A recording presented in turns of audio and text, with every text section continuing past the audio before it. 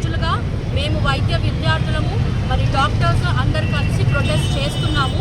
మరి ఈరోజు నాలుగో రోజు ప్రొటెస్ట్గా మేము రాస్తా రోకో చేసి మా యొక్క నిరసన తెలుపుతున్నాము. మరి గత 4 రోజుల నుంచి మేము నిరసన తెలుపుతుంటే మరి ఈ రోజు మాకు మద్దతుగా జూనియర్ డాక్టర్స్ అందరూ కలిసి నర్సింగ్ వాళ్ళు, మెడికల్ రిప్రజెంటేటివ్స్ అందరూ కలిసి ఈరోజు మేము ఈ యొక్క నిరసన తెలుపుతున్నాము.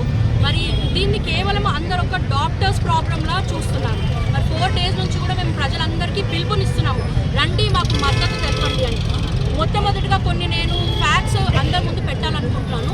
మరి మేము ఎప్పుడైతే ప్రొటెస్ట్ స్టార్ట్ చేయడం మొదలు పెట్టామో అప్పుడు సిబిఐకి ఇవ్వాలని మేము మా అజెండాలో పెడితే అది సిబిఐకి కోర్టు హ్యాండ్ ఓవర్ చేశారు.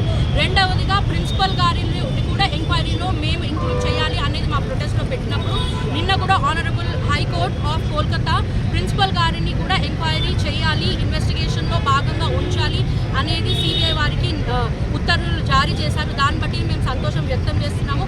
ఒక ట్రాన్స్పరెంట్ ఇన్వెస్టిగేషన్ అనేది జరగాలి, డాక్టర్ గారికి జస్టిస్ జరగాలి.